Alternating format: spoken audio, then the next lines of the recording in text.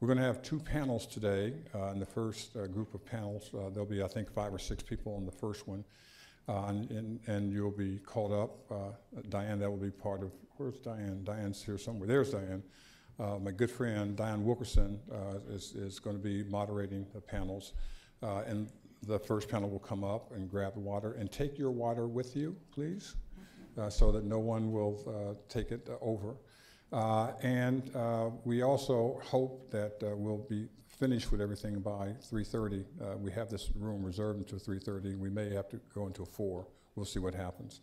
But this is a great thing. Let me also introduce one of the first people I hired. I opened the Institute in 2005, and we just celebrated our 10th anniversary this past fall in Washington, D.C. And one of the first people I hired was David Harris. And why? It's Dr. David Harris. He's not a lawyer, but he is a genius in every sense of the word. He's been very instrumental for everything that we're doing here, bringing people here, sponsoring programs like this. The only thing that I didn't really appreciate was the fact that following Houstonian principles, David makes sure that all of our events on the vineyard and elsewhere were always free and open to the public.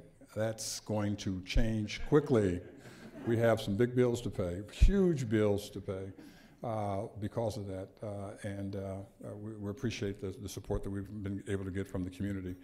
The other thing I want to say about David is that he's been coming up with novel ideas about how important it is to talk about issues, and we have these forums. And he has been very successful in creating these Houston labs, number 1, and also talking about community justice, number 2. Those are very important things for us to do here at Harvard, and that the whole world know. All our programs are taped and available on our website a few days after we show them. I hope you'll encourage your friends to see it. Finally, let me just say this. I saw the movie Selma. How many people have seen the movie Selma? It is a breathtaking film. I urge everybody to go and see it. They say it's only for children 13 and older. It was a lesson for me. As much as I knew about King and knew about the Civil Rights Movement, I learned a lot from watching the movie, not just reading books, but watching the movie about Selma. And it told me a lot about it and what was going on. And it told me a lot about some of the other people. One of my colleagues here at Harvard Law School has written a lot about the unknown people who were very involved in the Civil Rights Movement, who are beyond Malcolm X and Dr. King and other people that you know about. And I think that it's important to see this film to get a sense of all the people who had a big impact. So you will see the man who made the Institute what it is today, and he's been the executive director. I call him the managing director, and he's trying to figure out what does that mean. He manages everything and he directs everything. A great man, and please welcome him to the stage, David Harris. Oh, thank you, Tree. You know, clearly he exaggerates, but I'll let him do that. So one thing he left out is, you know, we're here today on Saturday, and more than 2 decades ago, Tree started the Saturday School. And it became a regular routine for people to be able to come to Harvard Law School and have engaging programs like this. Once we started the Houston Institute, you know, we kind of moved those things to the middle of the week, but I can't think of any more appropriate event for us to use to renew the tradition of Saturday School than today's event. So I also want to welcome you to the law school on behalf of Dean Minow, who was not able to be here today, but certainly shares our interest in this topic and urges us to absorb what we hear today and carry it forward in our work. And as Professor Ogletree mentioned, it's also extremely fitting on this occasion as we think about Martin Luther King in relation not only to Selma, but his birthday a couple of days ago and the holiday on Monday, for us to recall Charles Hamilton Houston, in the midst of all of his victories, understood that there was a great deal of work still to be done. And he advised us, he in fact warned us, he urged us, he insisted that we understand that all of our struggles must tie together, as he said. And I think that's an important lesson and something that we really have to retain. So we at the Institute seek to pursue Houston's vision of a just society, and today's event falls clearly within what we call, and what Professor Ogletree referred to as, community justice. He and I touched on this in an op-ed we produced for the Boston Globe several weeks ago, and I'd like to give a little background that's helpful to understand where it comes from and for framing today's event. The notion of community justice arose out of our work on the death penalty, the accepted form of state-sanctioned murder, an aspect of the American legal system that crystallizes like no other the racial nature of our justice system. Its historical and contemporary use, the death penalty operates as a code for white lives matter. Across time, geography, race, and race of defendant, the most credible and predictable and consistent predictor of whether or not we will have a death penalty prosecution is the race of the victim. This holds true even as the nation has waged a decades-long war on drugs, which has looked to many of us like a war on communities of color, the result of which has been to starve these very communities of the resources needed to achieve health and safety. The death penalty today persists even as any credibility of deterrence has been deeply undermined, and we have become increasingly and painfully aware of the exorbitant cost we bear for it. It's not only in death penalty states like Missouri, but here in Massachusetts, where we have no death penalty, we have seen this dynamic at play. Several years ago, the legislature reacted with full force in response to the tragic murder of a white victim by a repeat offender and ran counter to national trends by seeking to strengthen its three strikes law. It did this over the objection of both black legislators and the black community. We are left to ponder an extremely disturbing question. What kind of society places such a high value on white lives, embodied in the money we spend on the death penalty, even as entire communities of color go starved for resources?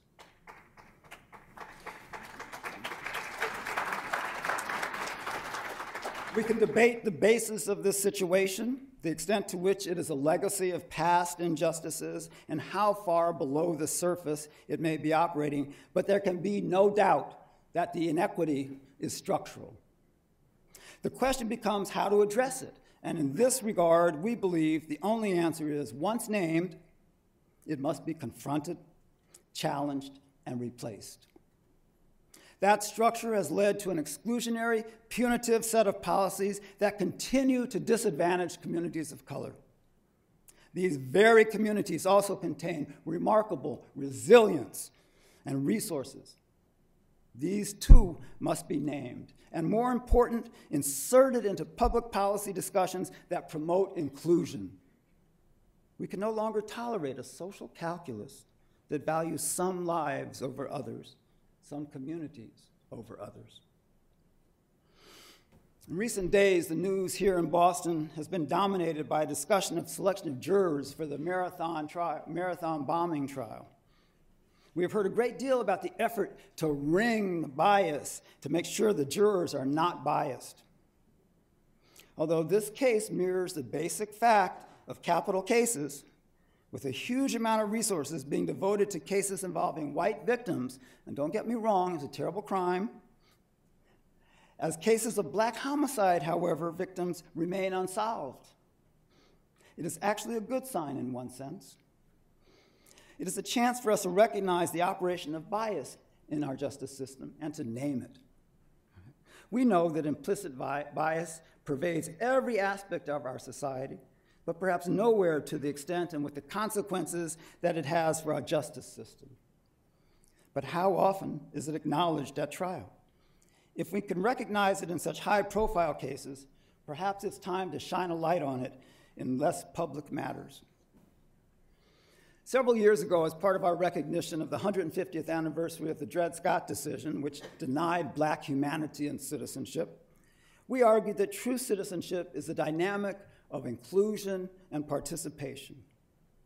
We argued that to expect one without the other, as is the case when some decry low participation in the electoral process, is folly. There's no real reason to expect people who are actively excluded from membership to participate in a process that operates to exclude them. What we are learning from today's protests is a variant of the Supreme Court decision that endows corporations with the rights of individuals. There are all kinds of citizenship. Today's protesters are voting with their feet, not their dollars. To be sure, we must get them to the polls and on ballots as voters and as candidates. But in the meantime, we must make their voices heard in whatever way immediately possible. Those of you here from Missouri should know that on January 28th, the state is scheduled to execute Marcellus Williams. And on February 10th, Walter Story is scheduled to die at the hands of the state. I will also note that the last person executed in Missouri was Jeffrey Ferguson last March. I say this in the tradition of Charles Hamilton Houston and suggest that we must protest and attack this most violent of state actions, as well as the everyday violence meted out on our communities. Indeed, as a nation, we should all be ashamed that 2 days ago, on Martin Luther King's birthday, we executed 2 people in this country. Think about it. On Martin Luther King's birthday, we executed people.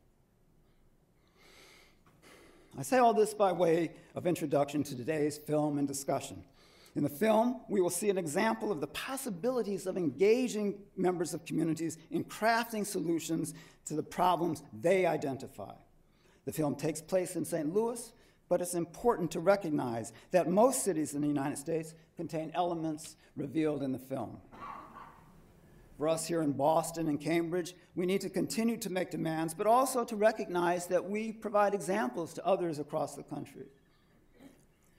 Perhaps more important, the film will be followed by a discussion of some of the ways in which we might learn from the events of Ferguson and across the country, events that have riveted the attention of the nation and the world. We will incorporate efforts in New York and here in Boston with an eye toward crafting solutions. We begin, however, from the premise that we must name the problem we want to solve. To repeat, the problem is that we live in a society that has for too long operated to exclude some while serving others. Before we proceed, I want to make sure to thank others here at the law school for their efforts to help us, including media services, and Peter, you can look up and take a bow. I appreciate it.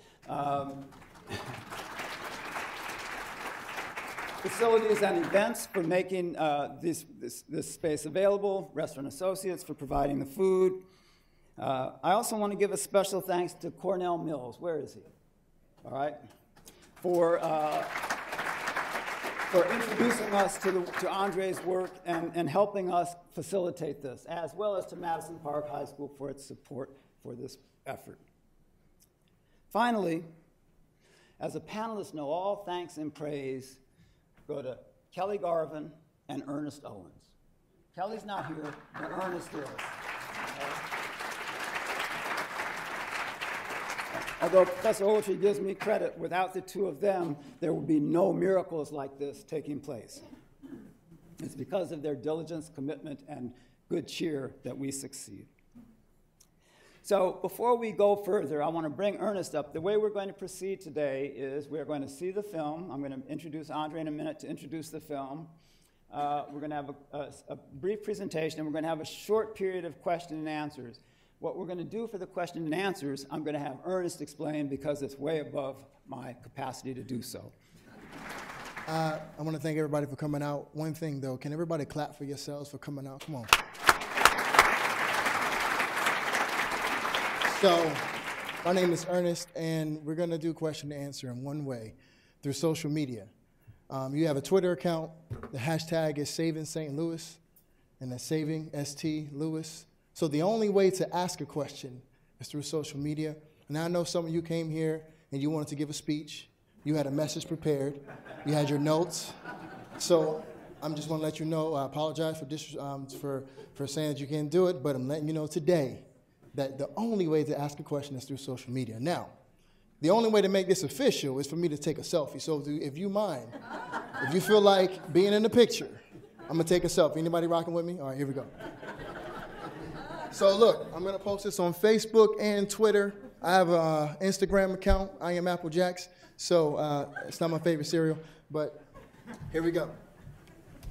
I'm going to need y'all to, can y'all make some poses or something? Can I get some poses? There we go. All right, we're good. So saving St. Louis. Y'all got to, everybody say saving St. Louis. Okay, that's the hashtag, and I'm going to give it back to David, all right? All right, so now you know why we appreciate him so much. All right, so with that, and with no further ado, it's really my pleasure to introduce Andre Norman, who has been the driving force behind this event and this fair. Good afternoon. And I just want to thank you for attending. It's still overwhelming and amazing to me that this is real. I remember a time when I lived in Four Corners when we couldn't cross Park Street because it wasn't allowed.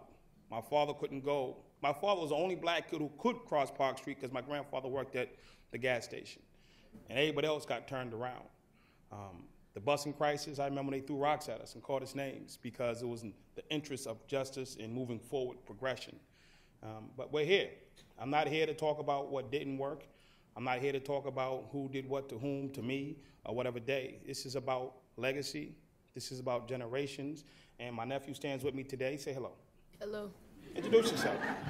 My name is Benjamin Evie. And my cousins in the back, my auntie's in the back, my cousin's husband's here. We have good friends of mine in the corner, on the McMillan family, the McAdam family.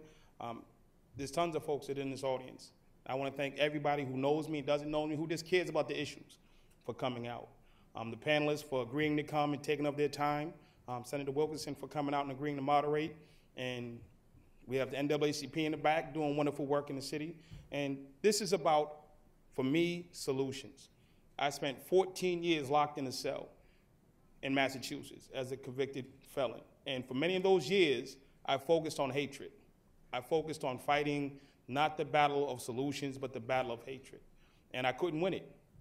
It wasn't until I decided to fight for solutions, first for myself and then for others, did a reality become the place of I can make a difference.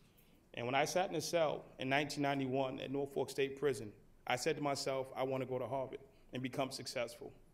And I stepped out my cell and I told my friends, I figured out how I'm going to change my life. I'm going to go to Harvard and be successful. And they laughed at me.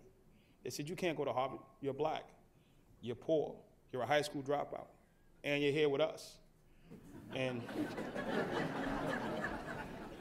I didn't argue with them. I went to school and I educated myself. I went to counseling because I had mental health and anger issues. And I just continued to look for mentors and objectives that supported where I wanted to go. And when I came out, I did find my way to Harvard. Professor Ogletree was one of the brothers who welcomed me, and I was here. And they called me and said, Dre, where you at? I'm at Harvard, man. I don't have to sneak in. They invite me. I used to sneak into this place, man. I'm like, I'm invited. And I can say, Professor Gates, Professor West, and Professor Ogletree are, for me, standing idols that I can look up to and now stand next to, not above, but next to, and say, I'm here. And it's a great thing. And I want my nephew to know. And I've got my little daughter over there, Minnie. I want her to know. She was one of the kids in my program back at Madison Park in 2001. We're still going. You can. Whatever the problem, whatever the issue, you can. And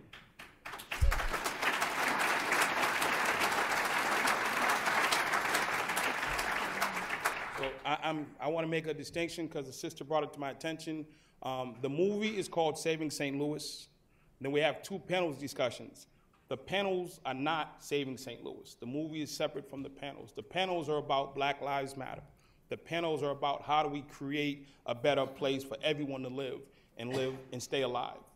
That's the panel discussion. There is a distinction. It's not like the panel is about saving St. Louis. The panel is about saving lives, period. The movie itself is, I went to St. Louis a few years back, and I actually met with Dave Spence and his wife, and they asked me if I could be helpful with a particular school that they had been working at for 5 years. They've been in the school for 5 years trying to make it better, an inner city black school, and they were having some successes, but they wanted more, and they thought I could be helpful. So they engaged me and asked me to participate and join their team to save Roosevelt High School. And when I went into Roosevelt, I saw some things that looked no different than Boston, New Jersey, South Central, Atlanta, and a lot of other places. And I went about doing my best to make it better. And I'm not going to tell the movie because that's not good form. But I just want to say again, I appreciate you, I love you, and I wish my mom and dad could be here, but they can't. But you're here, so I'm cool with that. So nephew, you ready? You sure? Mm-hmm. And I want to say thank you to Jamodi Robinson, who actually filmed the film. He's in the back.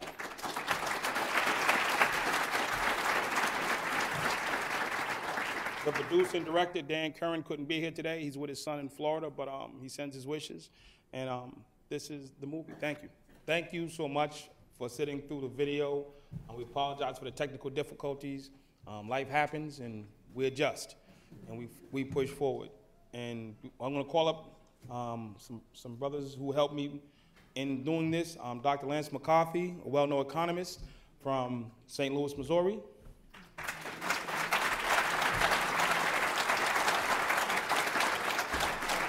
Reverend Charles Shelton, local community leader who's in Missouri on the ground every day.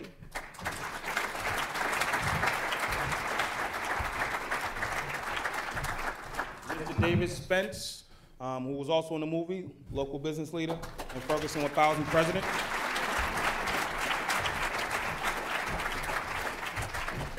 If I could, I would call up all the protesters and all the folks who are on the ground in Missouri, who are on the ground in Ferguson and Cleveland, all the rest of the cities that are under siege. But for today, this is, we're gonna talk, they're gonna give a few brief comments about the movie. In the interest of time, we're gonna move to the panels because I believe you can't see the panels, not me.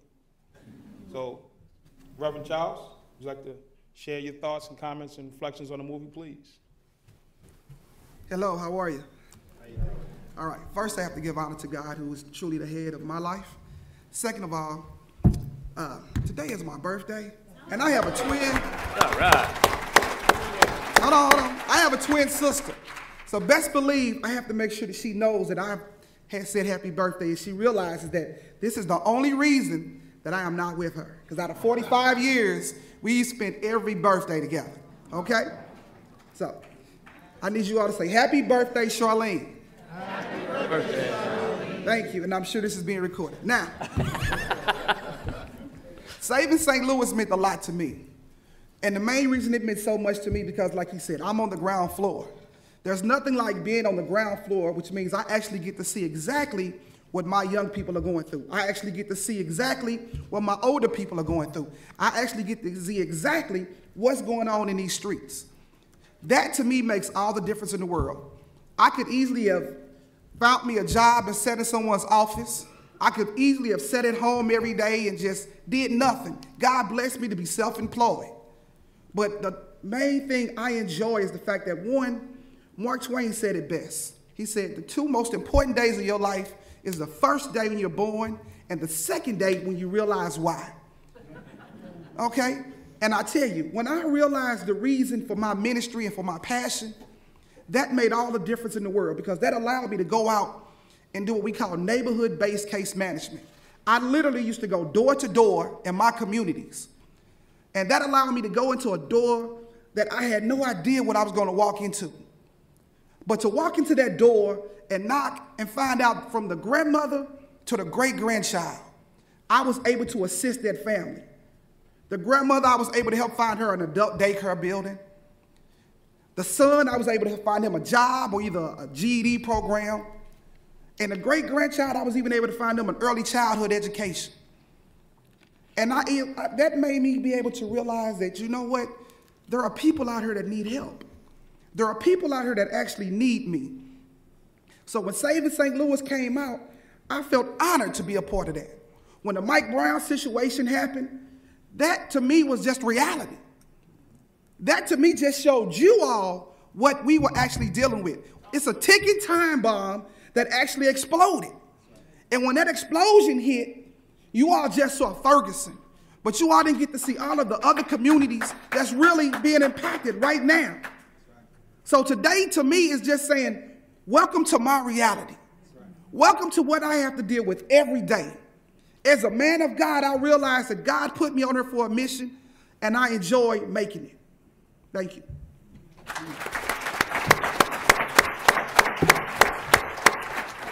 Not here with us today. There's tons of brothers who are in the movie that Charles works with on a daily basis, the gang members and the brothers who are on the street trying to find a way, and I was able to connect to them by connecting to Charles, and I want to say he's there. Dr. E. Lance McCarthy, world-known economist and great brother, can you share your comments on the movie, please? Thank you, Andre, and just as Reverend Charles said, I was very, very excited to be a part of saving St. Louis. It is Miles Monroe who says very eloquently that once you have defined your purpose in life, you don't want the sun to set, nor can you wait for it to rise, because there's not enough hours in the day to do what you've been called to do. And I've been very blessed to have my purpose, and that is to assist African Americans' economic justice. We saw at the beginning of the film, it talked about justice and economics. Now, there are a myriad of problems that affect our culture and our country. But I truly believe, just at Maslow, that we have to be able to provide basics, that is jobs and home and shelter.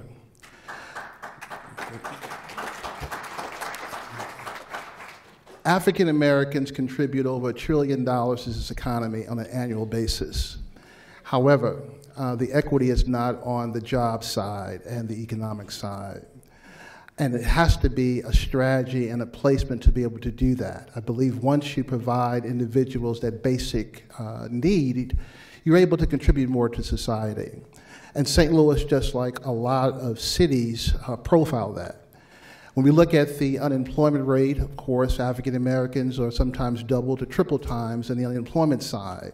So how do you create that mechanism? And again, in Saving St. Louis, you saw a myriad of individuals coming together to move that agenda forward. And I always say that you cannot solve economic problems with social solutions. We have a lot of good social organizations out here, but again, how do we focus on job creation in our communities? We talk to youth and we tell them that if you can play the game, you can make the game. And we truly believe that technology is a vehicle to do that. So we're working in St. Louis to try to create urban technology programs that will allow individuals and youngsters how to get into the coding mechanisms, how to create jobs from that perspective, and how to really use their brains in order to move forward.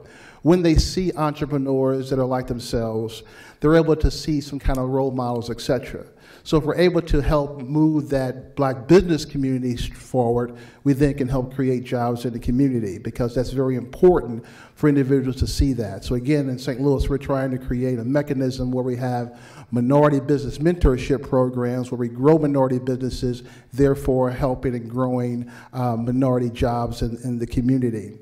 It's very imperative and important as we look at all the issues that have happened in Ferguson, again, communities across the country, that I think that we as a country are trying to move forward. We know there are imbalances, we know there are problems, but if we focus again on job creation and make that a very vehicle and very major part, that we can really change the lives of individuals across this country. I just want to share one quick story of a youngster in St. Louis by the name of Jalen Bledsoe.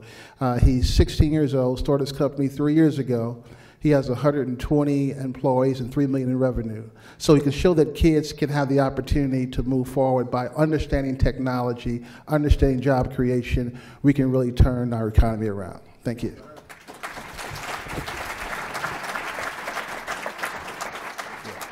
I can honestly say two things. When I met Dr. Lance, he was the first economist I've ever met. I love that jacket.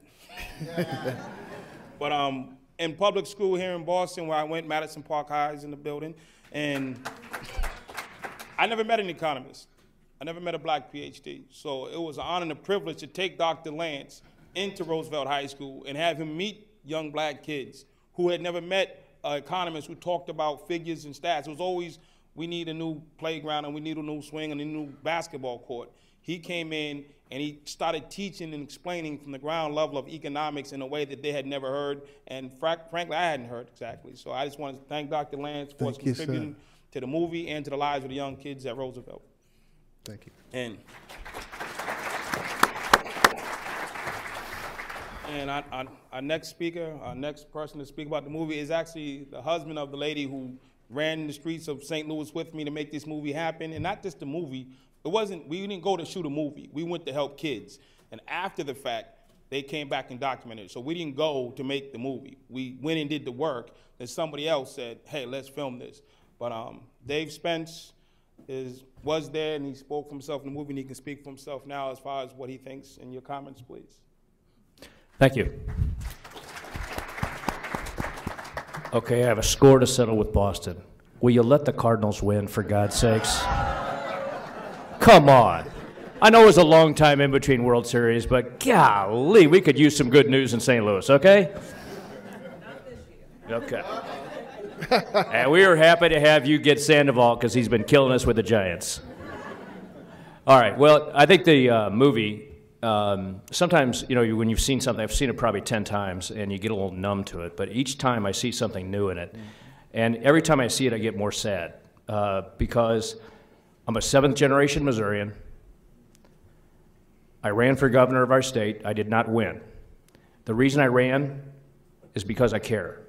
It's not a matter of political affiliation. It's a matter of what's in your heart and your soul. And what I see is, in that movie, is a lack of understanding and a lack of knowledge of elected officials that are more worried about the next election than trends, families, lives, and education. What happened in that film, the symptoms are what's important, is to learn from it. Failing schools, lack of opportunity, being left in the dust economically. And so, yes, that's the symptom. I think it's more important that we concentrate on the cure. Not just in St. Louis, not just in Missouri, but all of our country. So appreciate it, thanks. If only 300,000 of you would be Missouri citizens, I would have been Missouri governor. No, I think that you can't live life in the rearview mirror. And so you've got to look at it and say, what are the systemic problems that not only happen in Ferguson or in St. Louis, what are happening in every city? And this is not just a black problem. You go to any small town, and the amount of poverty and the ignorance is appalling. It is a nationwide problem, and we've got to reset the clock and start talking. We've got to stop the finger pointing. We've got to stop the blame game. We've got to stop the I'm right, you're wrong mentality that is so pervasive in the press and in our daily conversations. And we have to come together as Americans and solve this problem collectively. And too many people lead without learning and listening first. Thank you.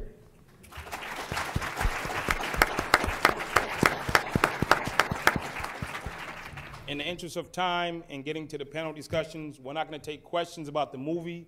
If you want to send us a tweet or email or Facebook comment, that'd be wonderful. We want to get to the panel. I want to thank the people, my brothers, for all participating in the movie. And there's a lot more folks who couldn't be here. And thank you for witnessing with us. Thank you, brother.